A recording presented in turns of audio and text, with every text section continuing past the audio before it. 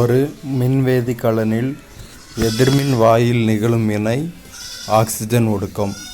எதிர்மின் வாயில் நிகழ்கிறது ஆக்சிஜன் ஒடுக்கம், நேர்மின் வாயில் நிகழ்கிறது ஆக்சிஜன் ஏற்றம். கீழ்கண்டவற்றில் எதன் கலோரி மதிப்பீடு அதிகம்? ஹைட்ரஜனோட கலோரி மதிப்பீடு தான் மீத்தேன், பெட்ரோல், நிலக்கரி ஒப்பிடும்போது அதிகம். நேர்மின் சுமை கொண்ட துகள்கள் எதை நோக்கி விலக்கமடைகின்றன? எதிர்மின் வாய். பாசிட்டிவ் நெகட்டிவை நோக்கியும் நெகட்டிவ் பாசிட்டிவை நோக்கியும் டிஸ்பிளேஸ்மெண்ட் ஆகும். கரைபொருள் வாயுவாகவும் கரைப்பான் நீர்மமாகவும் உள்ளதற்கு எடுத்துக்காட்டு சோடா நீர். சோடா நீரில் உள்ள வாயு இருக்குது, அது கரைபொருள். கரைப்பான் லிக்யூட் நீர்மமாக இருக்குது. மெத்தனாயிக் அமிலத்தின் பொதுப்பெயர் ஃபார்மிக் அமிலம்.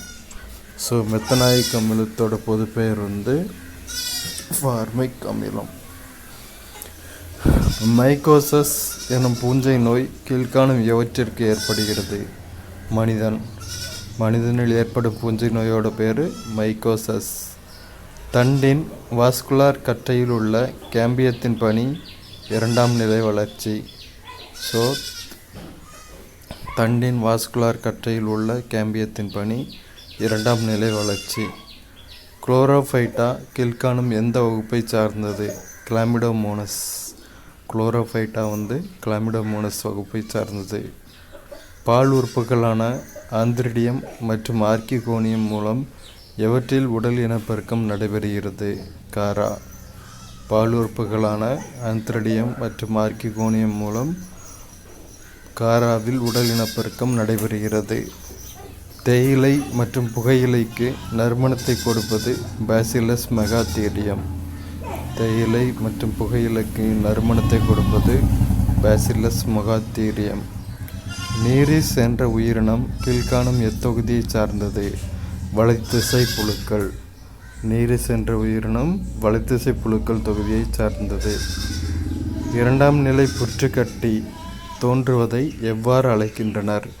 மெட்டாஸ்டாசிஸ். மெட்டாஸ்டாசிஸ் அப்படின்னா இரண்டாம் நிலை புற்றுக்கட்டி தோன்றுதல்.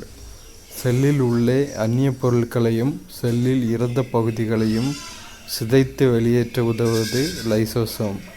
லைசோசோம் எனப்படும் தற்கொலை பைகள் செல்லில் உள்ளே அந்நிய பொருட்களையும் செல்லில் இறந்த பகுதிகளையும் சிதைத்து வெளியேற்ற உதவுகின்றன. ஆற்றல் ஏதும் அளிக்காத ஆனால் ஆற்றல் மாற்றம் மற்றும் வளர்ச்சிதை மாற்ற ஒழுங்குபடுத்தலில் பெரிதும் பயன்படுவது வைட்டமின்கள். ஆற்றல் ஏதும் அளிக்காத ஆனால் ஆற்றல் மாற்றம் மற்றும் வளர்ச்சிதை மாற்ற ஒழுங்குபடுத்தலில் பெரிதும் பயன்படுவது வைட்டமின்கள். பொண்ணுக்கு வீங்கி என்ற வைரஸ் நோயினால் பாதிக்கப்படுவது மேலெண்ண சுரப்பிகள். பொண்ணுக்கு வீங்கி என்ற வைரஸ் நோயினால் பாதிக்கப்படுவது மேலெண்ண சுரப்பிகள். மின்னோட்டத்தை கடத்தும் ஒரு காய்கள் அல்லது உரிய நிலையில் உள்ள ஒரு பொருளையே மின்பகுளி என்கிறோம். மின்பகுளினா என்னென்னா மின்னோட்டத்தை கடத்தக்கூடிய ஒரு கரைசல் அல்லது உரிய நிலையில் உள்ள ஒரு பொருள். மையநோக்கு விசையின் எண்மதிப்பிற்கு சமமாகவும் திசையில் எதிராகவும் அமையும் விசை மைய விலக்கு விசை. மையநோக்கு விசைன்னா என்னென்னா இப்படி மையத்தை நோக்கி ஒரு விசை செயல்படுச்சுன்னா அது மையநோக்கு விசை. எக்ஸாம்பிளுக்கு பஸ்ஸில் நம்ம போகும்போது பஸ் இப்படி ஒரு வளைவு பாதையில் திரும்பும்போது இப்படி ஒரு இயக்கம் ஏற்படுறதுனால அதை மையநோக்கு விசைன்னு சொல்கிறோம்.